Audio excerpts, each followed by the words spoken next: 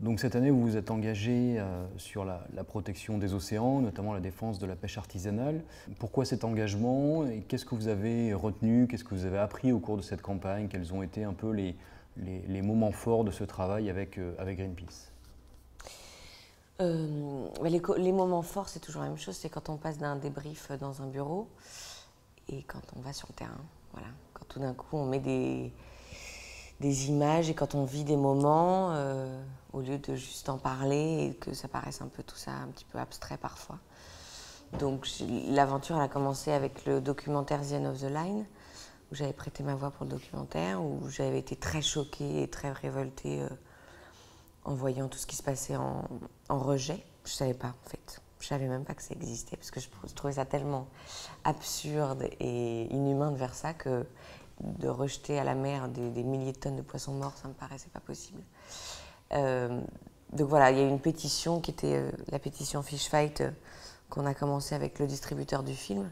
Et je suis revenue revoir Greenpeace. Revenue parce que j'ai trahi les forêts pour aller voir les océans. Il y a 5 ans, j'avais travaillé au département forêt pour aller voir la déforestation en Indonésie avec des militants et des bénévoles et des salariés de chez Greenpeace. Et voilà, les moments forts sur la surpêche, les moments émouvants, c'est la rencontre avec Anne-Marie Vergès quand on fait la première mission à Saint-Jean-de-Luz, quand on rencontre cette femme qui est super, qui est très intelligente, qui a une énergie formidable, qui se bat, qui a des grandes idées, qui est très humaniste et qui a la meilleure technique de pêche et qui représente les solutions à la surpêche d'aujourd'hui. Donc voilà, on a passé une journée avec elle, ça a été un très beau moment. On a projeté le documentaire après, on a fait un débat, on a mangé son poisson, on a vomi sur son bateau, enfin, c'était super. Voilà, et puis après on s'est baladé un petit peu partout en France avec le documentaire. Ce qui est super aussi parce que c'est la rencontre avec le public et c'est la rencontre avec des gens très énervés, très révoltés, avec des gens qui ont plein de solutions à nous proposer. C'est des débats qui peuvent durer des heures évidemment. Ça dépend vraiment des moments, ça dépend du jour et de la ville. Mais en tout cas, il y a un rapport avec le public et tout d'un coup, on a l'impression voilà, qu'il y a plein de gens qui veulent faire plein de choses. Et puis après, l'autre grand rendez-vous, c'était Bruxelles, devant le Parlement européen, le matin où d'un côté, on essayait on attendait le résultat des votes des quotas et de l'autre côté, de savoir si effectivement on allait être entendu un peu et si une loi contre les rejets allait exister à un moment donné, ce qui a été le cas. Voilà. Donc ça, c'était un des, je pense, le plus beau moment de toute la campagne. C'est de voir que, ouais, il y avait une goutte d'eau dans l'océan et que ça allait peut-être servir à quelque chose et que pour une fois, ça avançait. Voilà. Et puis après, l'Arctic Sunrise est parti faire une grande tournée un peu partout dans le monde, enfin en tout cas en Europe. Et j'ai rejoint le bateau à Boulogne-sur-Mer, où il s'est passé plein de choses très intéressantes. C'est-à-dire que je n'ai pas pu monter sur le bateau, car il n'a pas pu aller à quai, que Cuvillier a été de mauvaise foi assez exemplaire et qu'il nous a fait croire qu'on avait dit des choses alors que pas du tout. Enfin bon, je me suis retrouvée en pleine tempête, ce qui est le cas de le dire.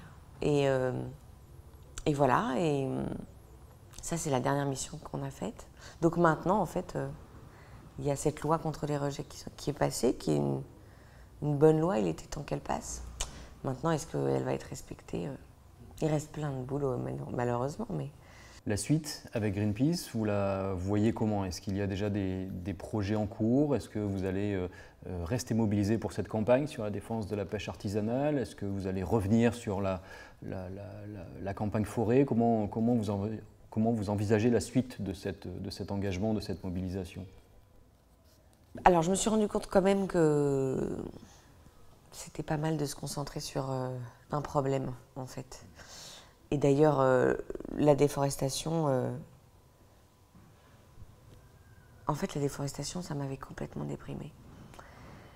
C'est-à-dire quand on a pris un hélicoptère et qu'on est sorti de ce morceau de forêt primaire où j'avais l'impression qu'il y avait des arbres partout et qu'on m'a montré qu'à vol d'oiseau, en fait, il ne restait plus rien,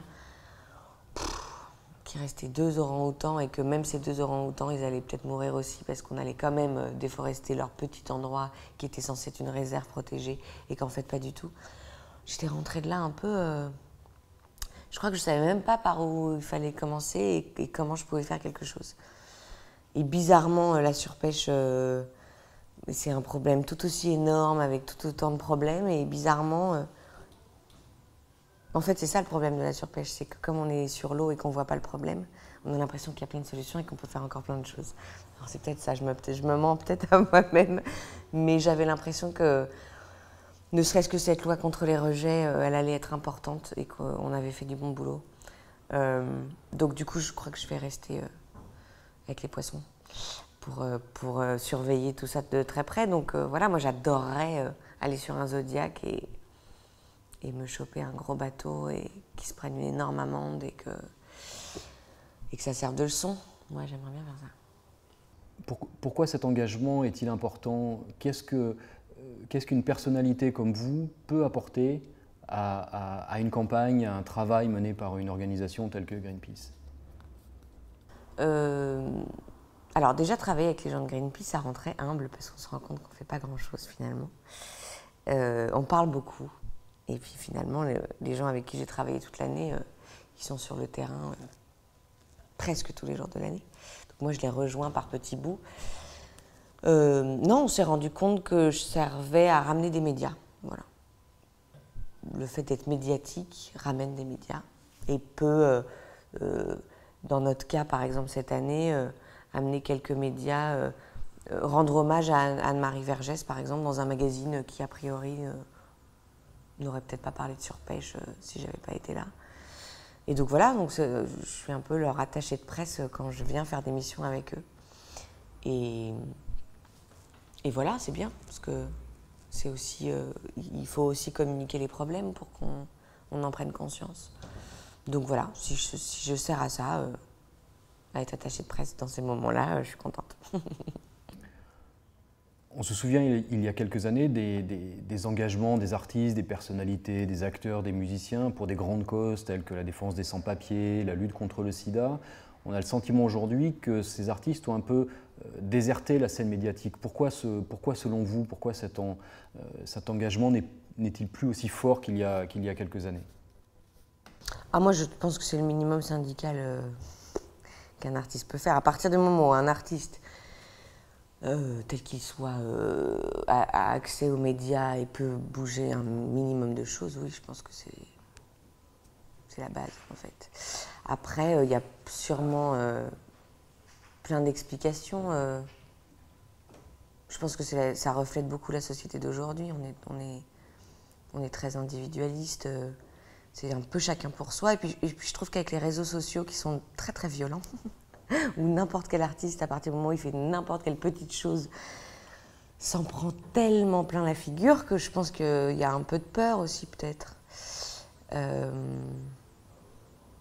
Et puis je crois que les gens ne se rendent pas compte en fait de la situation. Je crois que malheureusement c'est que des chiffres. Je crois que les gens ne se rendent pas compte que quand on dit qu'il n'y a plus de poissons dans la mer dans 35 ans, d'abord 35 ans c'est après-demain, et puis plus de poissons dans la mer ça veut dire que des méduses. Ça va encore râler, on va encore nous dire on ne peut plus aller se baigner. Je crois qu'il n'y a pas eu encore... Je sais qu'il y a un vrai déclic, je sais qu'il y a une vraie prise de conscience partout dans le monde, mais je pense que les médias, à un endroit, ne font pas leur travail. C'est-à-dire qu'on montre que ce qui est mauvais, on ne va jamais montrer les bonnes initiatives, on ne va jamais montrer ce qu'il y a de beau dans le monde, on ne va jamais montrer toutes les solutions qu'on a trouvées. Donc on n'a pas d'exemple de ce qui se fait de mieux, on n'a que des exemples de ce qui se fait de pire au moment de la grande crise économique. Donc ça fait beaucoup, je trouve, et pour les gens. Et voilà. Et alors les artistes qui sont un peu protégés de la crise économique devraient peut-être effectivement être plus présents. Je ne sais pas, je ne sais pas. Je n'ai pas de réponse à ça parce que c'est vrai que j'en ai appelé plusieurs pour me rejoindre parfois. Et c'est vrai que je sais pas. Je pense qu'ils ont peur. Enfin, je sais pas, je vois pas d'explication en fait. Donc ça doit être, oui, ça doit être un problème d'image. Peut-être le kawaii à 6 h du matin à Bruxelles, pas très glam, je sais pas. Au tout début, pourquoi cet engagement? Pourquoi avoir envie de se mobiliser pour défendre l'environnement, pour défendre la planète, et pourquoi le choix de Greenpeace? Je pense que d'abord, c'est presque quelque chose de très égocentrique en fait, si on est très honnête.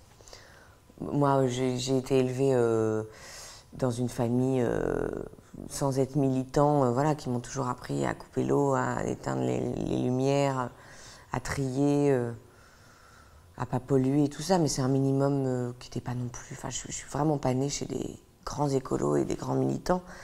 En revanche, je suis née chez des gens assez révoltés de plein de choses.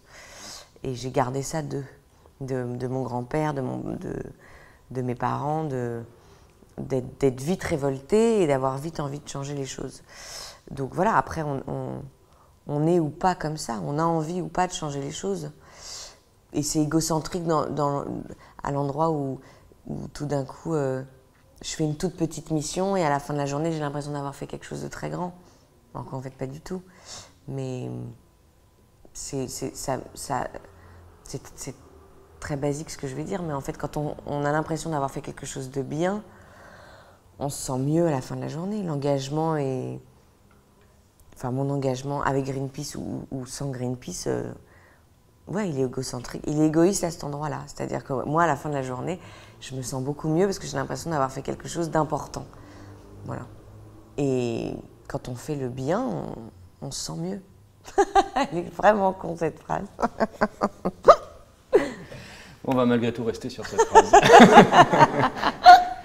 Merci beaucoup. Merci.